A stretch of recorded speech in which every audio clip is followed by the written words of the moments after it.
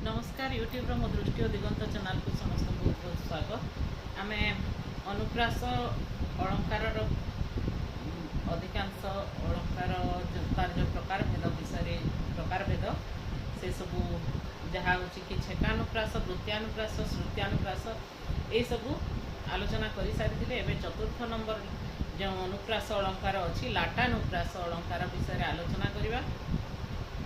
लाटानुप्रास अलंकारटी हूँ पदगत अलंकार पदगत अनुप्रास अटे। माने यही लाटानुप्रास अलंकार पदगत अटे एवं शब्द और अर्थ उभयंक भितरे शब्द और अर्थ उभयटा जाक माने पुनर्बार उच्चारित हेले हैं पुनर्बार उच्चारित हेउथिले हैं। जदि उभयंक मध्य कौन तात्पर्यगत प्रभेद थाए कौन अर्थगत प्रभेद थाए ताहले से जगार हुए लाटानुप्रास अलंकार। एका भाव उच्चारित हेले एका प्रकार बारंबार उच्चारित हेले हैं जदि उभयंक मध्य कौन तात्पर्यगत प्रभेद थाए ताहले से जगार हेब लाटानुप्रास अलंकार। आउ पदगत अनुप्रास अलंकार। उदाहरण रसकल्लोलू दीनकृष्ण दास रसकल्लोलू निपर कष्ट महीधर कंटक कलमस बारण बारण अंतक। देख बारण बारण बारण कहले हस्ती भी हेब दुईटा एक माने बारंबार व्यवहृत होइछि बारण बारण आउ बारण कहले बारण करवा मना करवा ए अर्थ भी बुझा जिवो। महीधर सेमिति पृथ्वी को धारण करिछि जे आउ महीधर यही माने एका प्रकार हेले हैं शब्द एका प्रकार मात्र एवं बारंबार उच्चारित होइछि किंतु तथापि उभयंक मध्य प्रभेद रही। तेबे ए जगार हो लाटानुप्रास अलंकार। शब्द और अर्थ उभयंक पुनरुक्ति हेबा सत्वे जदि उभयंक मध्य तात्पर्यगत प्रभेद थाए ताहले से जगार हुए लाटानुप्रास अलंकार।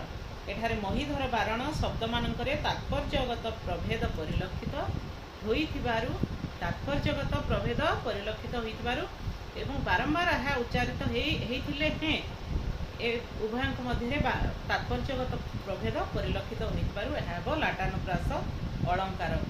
उपाधि जड़ित उपाधि आज करिवे जड़ित उपाधि जड़ित उपाधि आज करिवे जड़ित।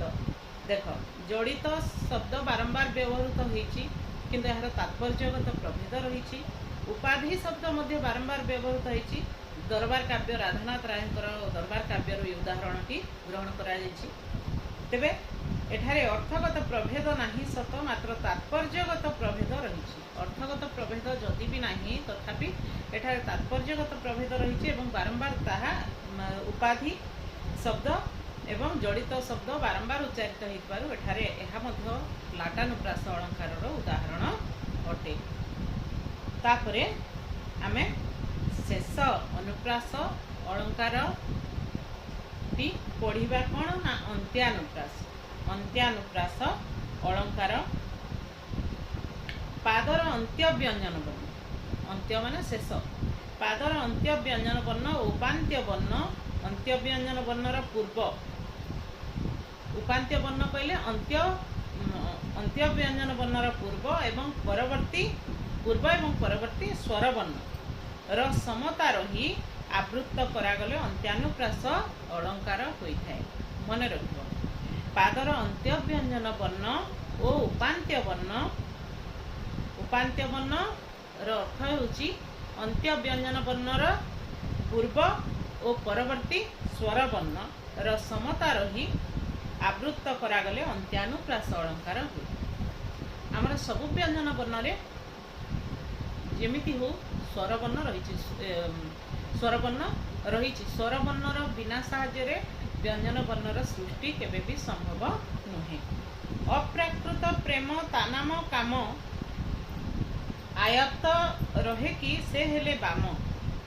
देख एठारे प्रथम द्वितीय पादर अंत्य व्यंजन वर्ण म बुझीगला म अंत्य व्यंजन वर्ण म आमे म उच्चारण कला बेलू जदि एथिरे स्वर वर्ण रहिबो नाही स्वरवर्ण युक्त हेब नहीं ताहले मु कहली ना व्यंजन वर्ण सृष्टि संभव नुहे। तेणु म व माने म शुभु नाही, मरे हलन लगी जीव। तेणु मोर उपांत्य स्वरवर्ण आ कण काम। मोर उपांत्य स्वरवर्ण माने पूर्व स्वरवर्णटी कण काम अच्छी आकार मात्रा रही। आउ यार परवर्ती स्वरवर्ण माने मोर परवर्ती मोर स्वर परवर्ती स्वरवर्णटी कण अ आ एवं अ आ ओ अ सह आवृत होइतिबारु अंत्यानुप्रास अलंकार होइछि हला। एठारे प्रथम द्वितीय पादर अंत्य व्यंजन वर्ण मोर उपांत्य स्वरवर्ण आ ओ अ सह आवृत होइतिबारु अंत्यानुप्रास अलंकार होइछि। आछि उदाहरणटी आछि विदग्ध चिंतामणि अभिमन्यु सामंत सिंहारकर। अप्राकृत प्रेम ता नाम काम आयत्त रहे कि से हेले बाम। से कथा म म शेषटा भी द्वितीय पादर शेष व्यंजन वर्णटी भी होछि म होछि किंतु मटा कौन है स्वरवर्णर युक्त स्वरवर्ण युक्त ही व्यंजन वर्ण सृष्टि होइछि। तेबे क्यों स्वरवर्ण अस्वरवर्ण युक्त हो अस्वरवर्ण लागिला परे जे कि म उच्चारित हो पारिबो नहले म म बुझिला हलन लागि जीवो।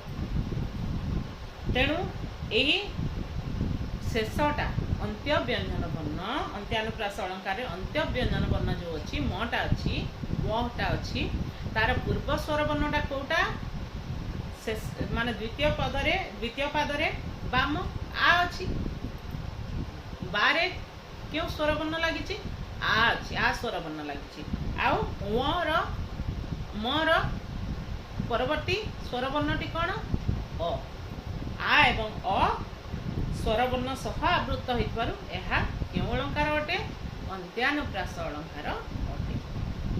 तापर आउ गोटे उदाहरण भी अछि पार्वती काव्य राधानाथ रायकर। केही रही नाही रहिबे नाहीटी भव रंग भूमि तले सर्वे निज निज अभिनय सारी बाहुड़िबे काल बड़े।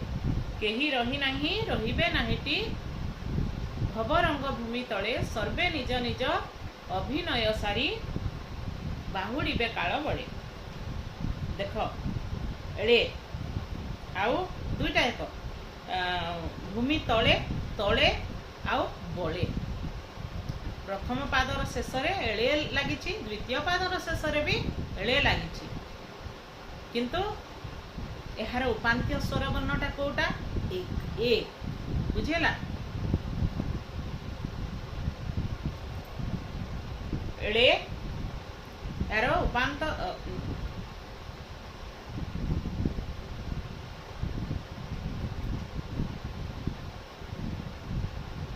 यार उपांत्य स्वरवर्ण कहले माने यार पूर्व स्वरवर्णटा कोटा पूर्वटा त अच्छी तले प्रथम पादरे तले अच्छी भवरंग भूमि तले अ लगी उपांत्य स्वरवर्ण माने पूर्व स्वरवर्णटी कौन लगी अ लगी आउ परवर्ती स्वरवर्णटी ए लगी एळे बुझीला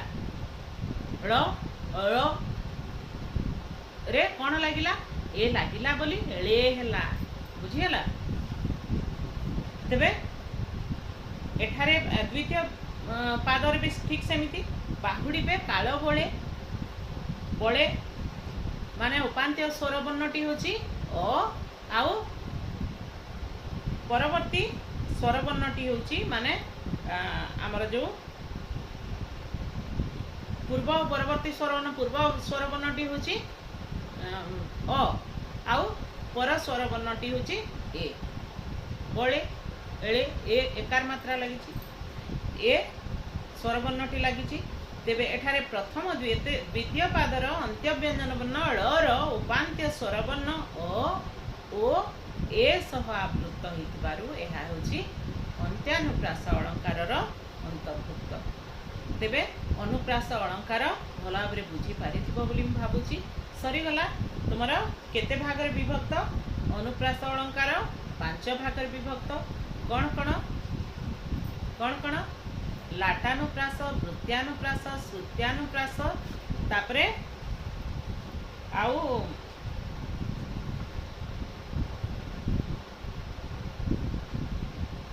छेकानुप्रास प्रथमटा हूँ छेकानुप्रास तापरे वृत्त्यानुप्रास तापरे श्रुत्यानुप्रास तापरे लाटानुप्रास शेष हूँ अंत्यानुप्रास अलंकार भल भाव मन रखिब आउ मन रखिक परीक्षा जहाँ एमिति भी पड़े लाटानुप्रास अलंकार संज्ञा और स्वरूप दर्शाई तार उदाहरण लेख किंबा उदाहरण सह ताक बुझाई दियो एमिति भी प्रश्न आसे तुमने भल भाव जदि पढ़ी बुझी ताहेले बुझे पार तेरे निश्चित भाव गुरुत्व देव बोली भावुची आती आम रखा आमर ये अलंकार को अनुप्रास अलंकार परिसमाप्ति करवा तापरे आउ को अलंकार विषय आम परवर्ती वीडियो रे आलोचना